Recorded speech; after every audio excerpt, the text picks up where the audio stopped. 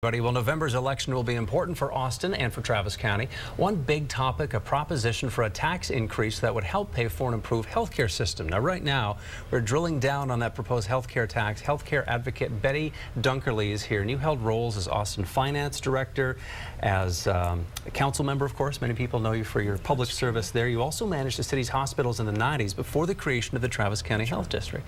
So why do we need, Betty, a medical school in Austin at this point in time? Well, I think the medical school really holds the key for a lot of strategies that we really need for this area.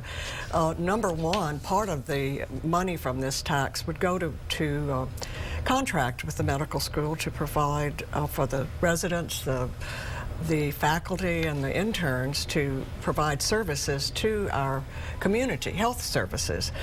In addition to that, we think that the medical school will help us with our strategy of bringing more doctors to this area. We predict in about 3 to 4 years we'll have a shortage of over 700 doctors, and we expect that trend to keep going.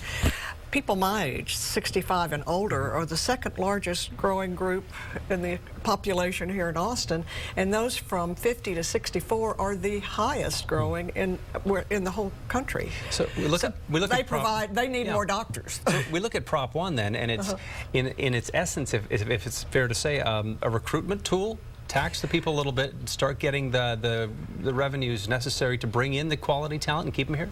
Well, that's only part of it. Yeah. This is a huge transformation of our entire system, but it'll help us with a pipeline for doctors.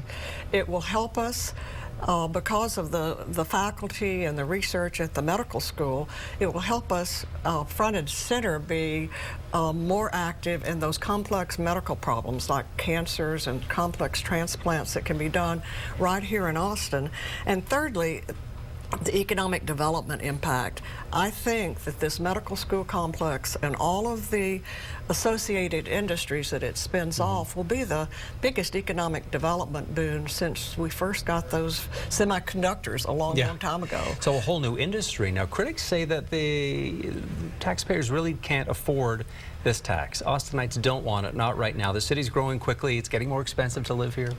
Well, this is an opportunity for that tax, and I call it a good tax because it's really an investment. It gets you helps to get you the medical school, a new teaching hospital, and also improves the health services for all of us. For example, right now, whether you have insurance or not, it's very hard to get treatment for an acute psychiatric problem. So the system that we'll try to generate with these funds will provide more access for mental health for all of us. And actually, the 200,000 or so that are uninsured in Travis County, this new system will certainly help deliver better service to them. And what we're trying to do is get them the preventive services as well as deliver the medical services at the right place at the right time.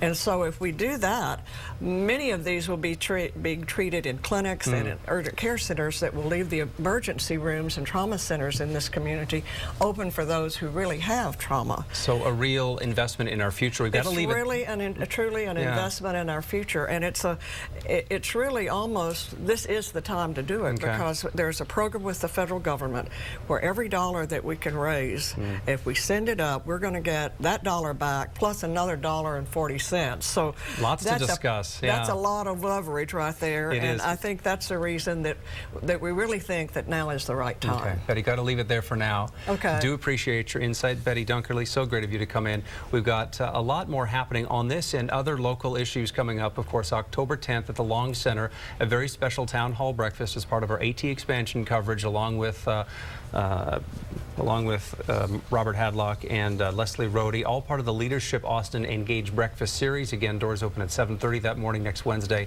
October 10th.